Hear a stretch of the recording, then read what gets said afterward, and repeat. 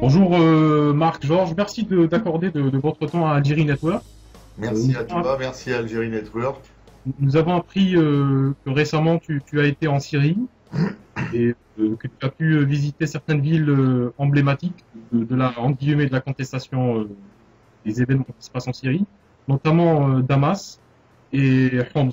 Donc ce sont des deux villes on entend parler régulièrement dans les médias. Donc quel a été l'objet de cette visite? Pourquoi tu es parti en Syrie?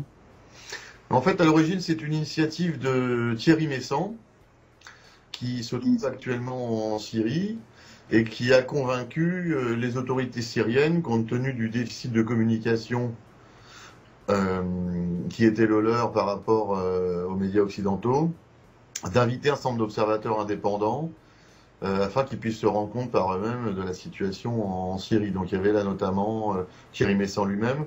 Oui. Il y avait également Francesco Condemi de Clap 36, qui est un réalisateur, un ancien d'Arrêt sur Image. Il y avait Claude Beaulieu, le président du comité Valmy, donc un républicain laïque.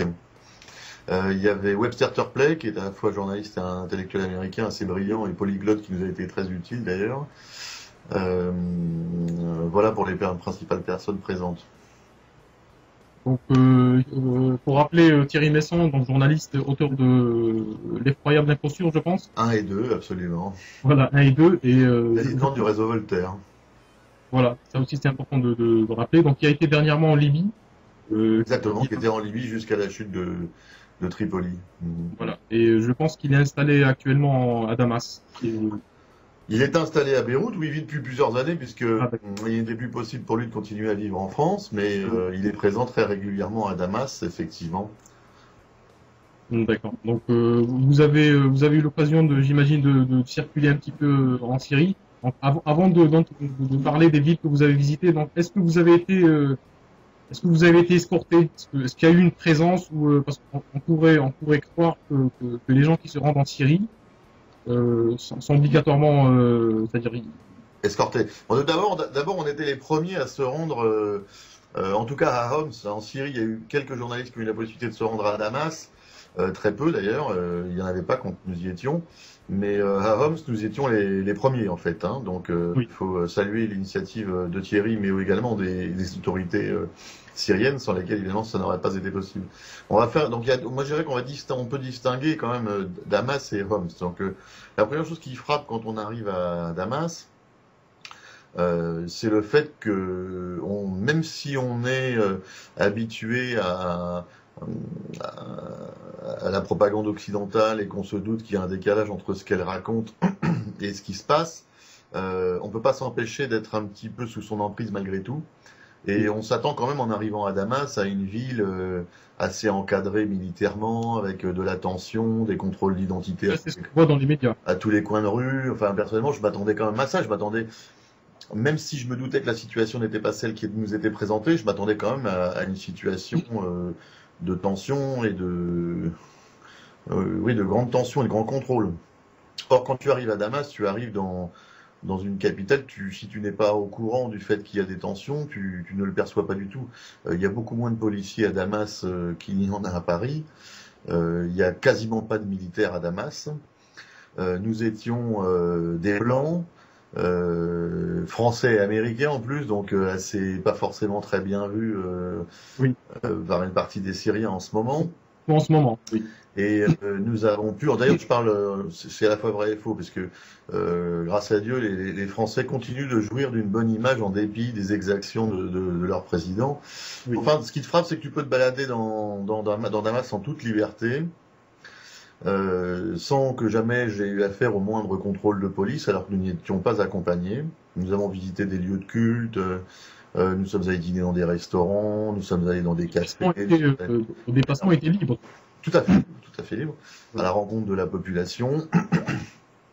Nous avons aussi l'occasion, je te raconterai après, de nous rendre aux parties basses dans des circonstances un peu particulières. on est resté donc 2 jours à Damas, on s'y est promené en toute liberté, on a discuté avec des gens dans la rue, discuté avec des religieux, des prêtres, des imams, etc. Sunnites, chiites, etc. Donc, ce qui nous a frappé, c'est d'abord d'abord Damas est une ville magnifique.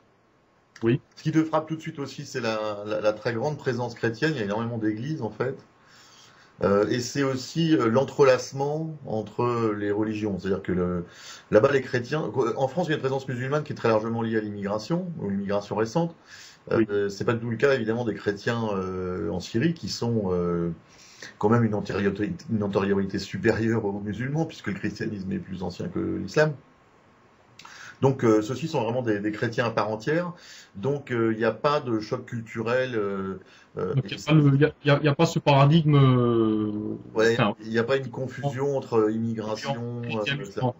Donc ça crée une grande proximité entre les religions, qui est tout à fait frappante pour quelqu'un qui arrive de France, et qui fait même plaisir à voir d'ailleurs. Et si tu arrêtes par exemple au hasard, ce qui nous est arrivé, 5-6 Syriens qui se baladent dans la rue, une trentaine d'années, garçons, filles, peu importe, tu vas leur demander alors qui vous êtes, qu'est-ce que vous faites, donc ils vont être étudiants, travailleurs, je ne sais quoi, et l'un sera sunnite, l'autre sera alawite, l'autre sera chrétien, l'autre sera maronite, l'autre sera orthodoxe, etc. Il y a absolument pas de communautarisme. Mais on n'est pas dans cette représentation médiatique tranchée. Ça n'existe pas. Et d'ailleurs, quand tu discutes avec ces jeunes, si tu leur demandes ce qu'ils sont, est-ce que vous êtes sunnite, est-ce que vous êtes la quasi-totalité répond on est d'abord syrien. Hein. Oui. C'est vraiment la réponse automatique. C'est presque systématique, presque systématique. Donc une grande fraternité entre ces Syriens et un grand sentiment patriotique aussi. Donc tout ça fait deux choses assez frappantes pour un Français comme moi,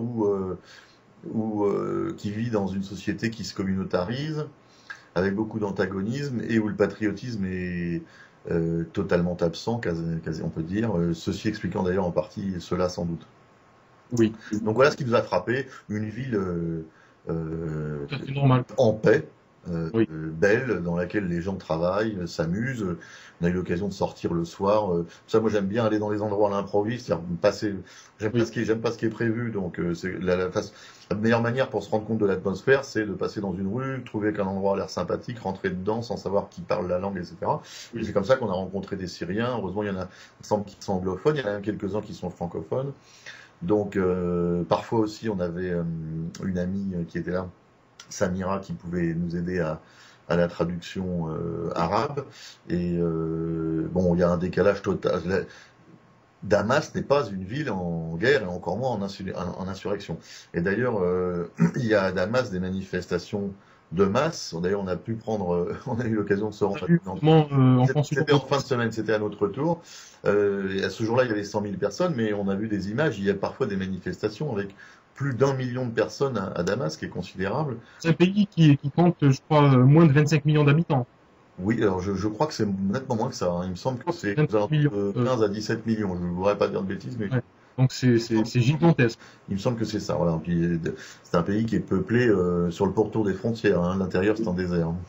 C'est-à-dire que proportionnellement à la France, c'est comme s'il y avait un petit peu plus de 3 millions de manifestants. Voilà, à Paris. À Paris. Donc c'est considérable. Donc de toute évidence, à Damas, hein, je parle bien de Damas, le président Assad jouit d'un crédit immense. Je dirais que ça doit être de l'ordre de 3 quarts, 1 quart à Damas. Ce que vous dites, concerne essentiellement la ville de Damas. Est-ce que vous avez vous avez parlé de la ville de Homs, donc c'est une ville qui revient beaucoup dans les médias. Voilà, c'est l'épicentre de la. Moi, j'ai en tête, si vous voulez, j'ai en tête les manifestations on va dire pro-syriennes, pour pas dire pro-Bachar al-Assad. Donc c'est des manifestations pro-syriennes, et aussi on parle beaucoup de groupes armés qui officient en fait. Est-ce que vous avez eu vent de cette situation? Oui, tout à fait. On a pu se rendre à Homs. Alors bon, déjà, il faut savoir que et on reviendra peut-être sur le documentaire, enfin la première partie du documentaire qui a été diffusée sur le journal de France 2 hier soir et qui en annonce un autre, je crois, sur Envoyé spécial. puisque des journalistes qui ont prétendu d'ailleurs être les premiers, ce qui est faux, la preuve, se sont rendus à Homs, mais évidemment via la frontière turque, et donc escortés par des éléments turcs, Oui. avec tout ce que ça implique. Donc à Homs, nous y sommes rendus. Donc de toute façon, il y a une présence militaire qui est quasi nulle, puisque les autorités syriennes, afin d'apaiser la situation, ont décidé d'évacuer l'armée de cette région. Oui. Nous avons d'ailleurs pu rencontrer le gouverneur de Homs, des opposants qui étaient là au moment de cette réunion. Nous avons pu nous rendre ensuite à Homs, et nous y sommes allés seuls et en minibus. Donc, C'est étonnant. en pouvant constater par nous-mêmes la présence militaire, et on constate que contrairement à ce qu'affirme ce reportage, Homs n'est pas entouré par l'armée. Il y a moyen de... On est passé par un point de contrôle militaire qui était assez limité. Il y avait quelques militaires, il n'y avait pas un convoi. Et d'ailleurs, ça n'est pas le cas sur tout le tour de la ville. Donc nous nous sommes rendus à Homs en minibus. Donc d'ailleurs, il pouvait y avoir éventuellement un petit peu de tension, parce qu'avec tout ce qu'on entendait, et puis il y a aussi effectivement des tensions. Mais en fait, on a constaté une présence militaire très faible, parce que comme je le disais, l'armée, sur ordre du président, a été retirée afin de tenter d'apaiser les tensions dans le cadre du dialogue national qui a été institué en Syrie. Nous avons... Rappelez que le président syrien a proposé une solution de sortie de crise. Absolument, il avait intégralement accepté d'ailleurs les exigences de la Ligue arabe, je mets le terme arabe entre guillemets, donc ce qui rend d'ailleurs paradoxal la suite que la Ligue arabe a donnée à cette approbation. Oui.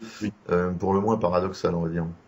Et donc, à Homs, nous avons pu nous déplacer aussi, nous avons pu visiter un hôpital notamment, où nous avons vu arriver un certain nombre de blessés. Mais d'après les témoignages que nous avons reçus, les blessés ne sont pas le fait des militaires, et pour cause, puisqu'ils se sont retirés. Oui. Donc en fait, il y a un certain nombre de manifestations d'opposition à Homs, personne ne le conteste. Ce ne sont pas des manifestations d'opposition de masse telles qu'on peut les voir à Damas ou ailleurs avec des millions de personnes présentes. Ce sont des manifestations où il peut y avoir quelques milliers de personnes. Mais cette opposition existe. Mais tout le débat est de savoir, et effectivement il y a des échanges de feu, effectivement il y a des blessés, mais d'après les témoignages que nous avons pu recevoir, ceux-ci n'émanent pas des forces de l'ordre. D'abord parce que les forces de l'ordre ont depuis longtemps, depuis plusieurs mois en Syrie, reçu consigne de ne jamais répondre, y compris aux attaques, pour éviter que la situation ne se dégrade. Et ensuite parce que, en plus là, maintenant elles sont plus là. Donc il s'agit de petits groupes armés qui, d'après un certain nombre de témoignages, bénéficieraient d'armements en provenance du Liban, notamment, et de soutien financier saoudien, qui, avec la présence de snipers, mais qui nous sont présentés dans les médias occidentaux comme étant des snipers militaires, ce qui n'est absolument pas le cas. Oui. Ce sont des snipers qui sont des opposants. J'aime pas beaucoup les appeler des djihadistes, c'est un terme qui crée de la confusion, mais en tout cas, un certain nombre d'entre eux se vivent comme ça, et qui tirent sur la foule. Et qui ensuite impute ces crimes aux militaires. Et ce qu'on a pu constater, c'est qu'il y avait une dérive progressive dans la violence, puisque dans un premier temps, il y avait simplement des coups de feu, des coups de feu sur les manifestations, des exécutions sommaires également. Enfin, d'abord des coups de feu dans les manifestations avec un certain nombre de morts pour créer de la colère. Ensuite, des exécutions sommaires, c'est-à-dire des barrages improvisés avec on te fait descendre de ta voiture et on t'exécute, et toujours en fonction de ton appartenance communautaire. C'est-à-dire qu'un jour ils vont décider d'exécuter que des chrétiens, un jour ils vont décider d'exécuter que des alaouites, un jour ils vont décider d'exécuter uniquement des sunnites, afin d'exacerber les tensions entre les communautés et de tenter de créer un enchaînement vers la guerre civile.